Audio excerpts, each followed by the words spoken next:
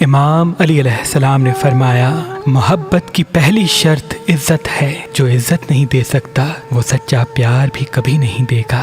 امام علی علیہ السلام نے فرمایا سب سے بڑی مصیبت میں گھبرانا ہے۔ یاد رکھنا چاہے کتنی بڑی مصیبت آئے اللہ پر یقین کبھی ختم نہ کرنا، کیونکہ مصیبت میں صبر کرنا یا اللہ پر یقین رکھنا کہ وہ یہ مصیبت ٹال دے گا، تمہیں دونوں جہانوں میں سرخرو رکھے گا۔ امام علی علیہ السلام نے فرمایا لوگوں سے اس طرح سے گھل مل جاؤ کہ اگر مر جاؤ تو وہ تم پر روئیں، اور اگر کہیں چلے جاؤ تو وہ تمہارے آنے کے منتظر رہیں۔ امام علی علیہ السلام نے فرمایا جو اپنی ہر پریشانی کو کھل کر ہر ایک سے بیان کرتا ہے تو وہ اپنی ذلت سے راضی ہوتا ہے، کیونکہ لوگوں کے سامنے اپنی پریشانی کا کھل کے اظہار کرنا انسان کو ذلت اور رسوائی کی طرف دھکیل دیتا ہے۔ امام علی علیہ السلام نے فرمایا اللہ سے مانگنا شجاعت ہے، اگر دے تو رحمت اور اگر نہ دے تو حکمت، اور مخلوق سے مانگنا ذلت ہے،